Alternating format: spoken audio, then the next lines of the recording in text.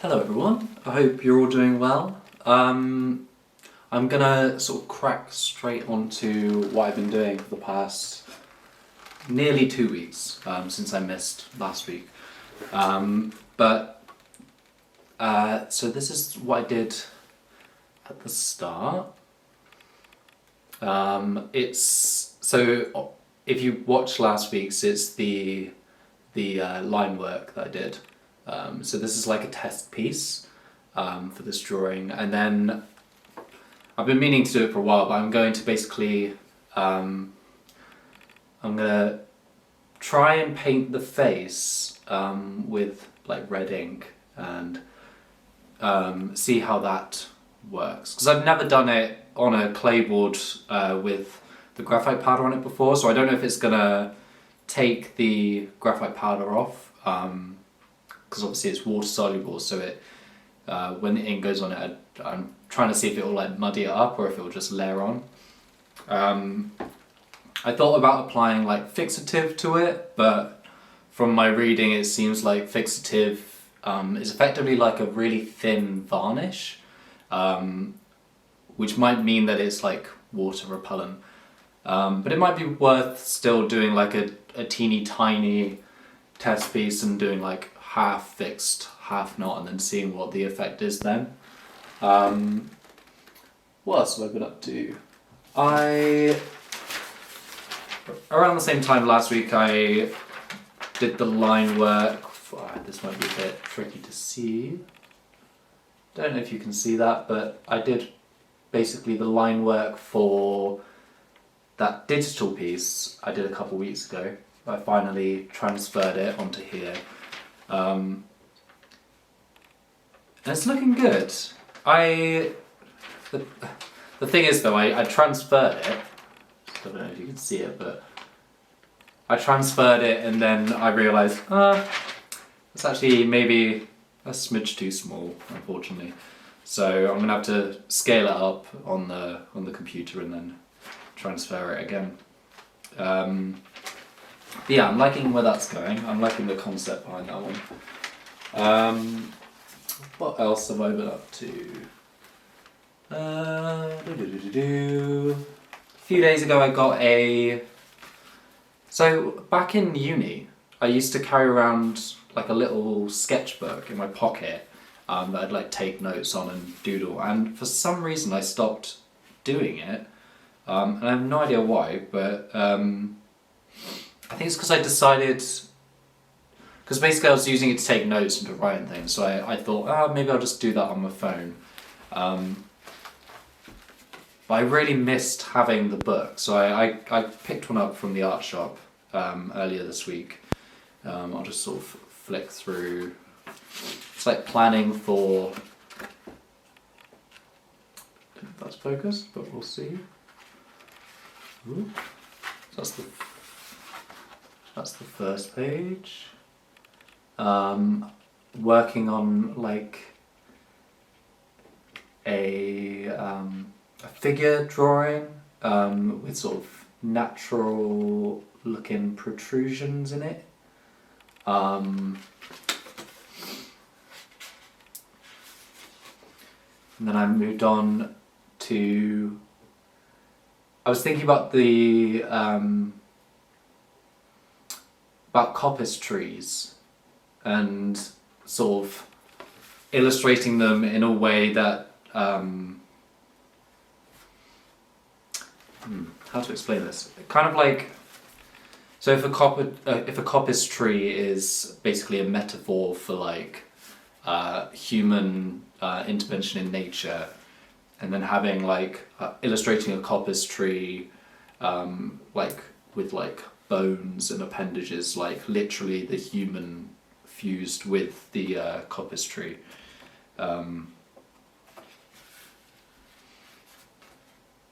That's sort of a recurring theme in a lot of my drawings. Is the manifestation of the human intervention or impact on nature being literal, like blood and gore and like literal like human humans, I guess, like coming out of the areas where they intersect with nature. So where the cuts and where the coppice tree has been cut for coppicing, bones and fingers and knuckles arise and things like that. I find that it does something for me in my mind. That was another sketch going along. I don't know if that's coming up all right, but yeah, to do with the figure with the sort of natural appendages coming through it, and a lot of that figure is let's see here. It's for this Claybord. Let's have a gander, see if you can have a look.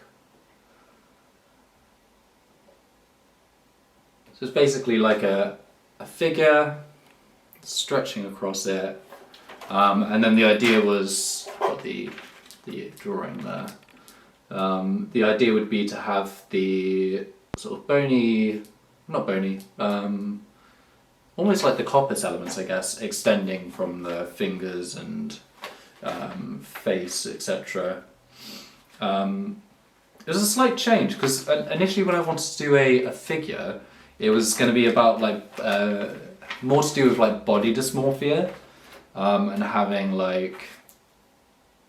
the body literally like contorted and things like that. But it sort of ended up turning into this. I think it's because I was thinking about the coppice tree, and it turned into this. This I guess another manifestation of that idea.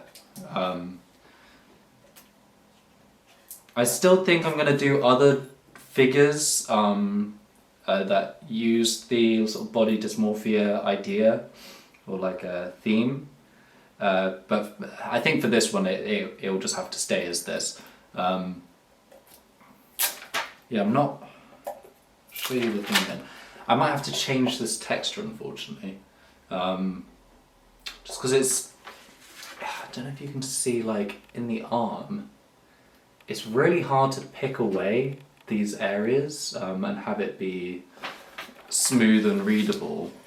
It's quite busy, so I might have to. I've got basically two types of graphite powder. One is like a mixture of graphite powders I've just sort of combined, and that one tends to, when you apply it, it tends to come out very light, and it picks away really easily, rather than the. Let me see what brand it is. It's Art Graph. Water soluble graphite powder, and that one, when you lay it down, it like refuses to come up. Like the darkest shades just stay. I think like this drawing was done with that one, and you can see that it's in these darker lines, like in the face, say. Like I could not get them up, even if I wanted to. There's no way I could pick them out, and that works for some drawings. But obviously doesn't for others. So it's just the vibe of the drawing, I guess. And then I think the final thing. So back in maybe February, January, I entered an open exhibition, and I entered quite a few open exhibitions throughout the year, just because it's a good thing to do for artists, I guess. But I've never got into one before. Like there's usually a couple stages of judging. There's usually pre-selection and then the final selection. So in pre-selection you take your drawings to the location, and then they judge all of the drawings and they figure out which ones that they want to pick for the final curation of the exhibition. So I entered this open exhibition back in like February, January, completely forgot about it. Got an email saying to check the results, which most of them send out anyway, even if you haven't been successful. And then, lo and behold, I was accepted, at least for the pre-selection stage. So in a couple of days I'm going to go up to Bath and give them my drawings for the the final stage of selection, which is so incredibly exciting and gratifying. Like, even just getting that stage of like pre-selection, like, I guess, recognition is so amazing.